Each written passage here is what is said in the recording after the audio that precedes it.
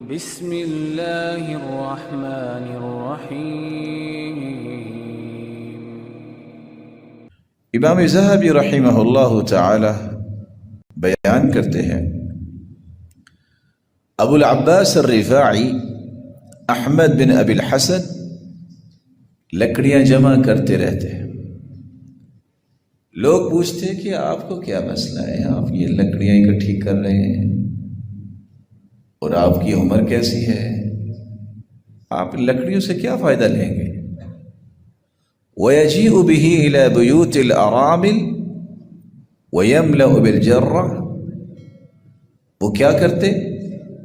ان لکڑیوں کو اکٹھا کرتے اور جب وہ اس قدر اکٹھی ہو جاتی کہ کسی کے کام آ سکتی تو اس گٹھے کو اٹھا کے ان گھروں تک پہنچا دیتے جن کا کوئی کمانے والا اور لکڑیاں لانے والا کوئی نہیں ہے۔ مشکیزہ بھرتے، لوگ کہتے یہ آپ کا کام ہے، وہ ان لوگوں کے گھڑوں میں پانی ڈالتے جا کے جن کے پاس پانی بھرنے کی طاقت اور سکت نہیں تھی، ان کے گھروں میں پانی پہنچا دیا کرتے۔ سعید بن العاص رضی اللہ تعالی عنہ کیسے کمال کے انسان تھے۔ اذا قصده سائل وليس عنده شيء، اگر کوئی بندہ سوال کرنے آ جاتا اور ان کے پاس کچھ نہ ہوتا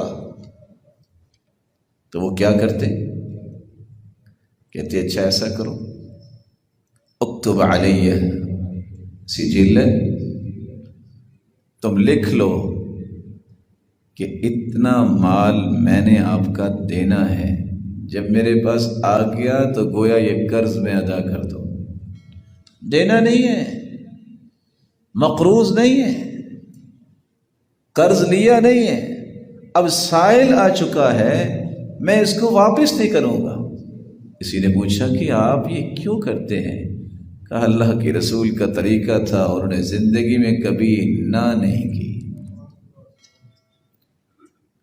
اگر ہوتا تو دے دیتے، نہ ہوتا تو فرماتے خیرن انشاءاللہ، اللہ ذو الجلال خیر فرمائیں گے۔ صحابی نے اس سے کیا سبق لیا؟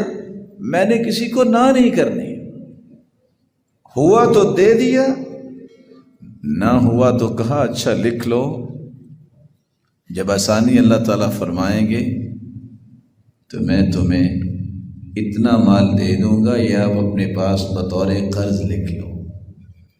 رسول اللہ صلی اللہ علیہ وآلہ وسلم نے ان ہیروں کو گھڑا تھا تو اس طرح ہی گھڑا تھا۔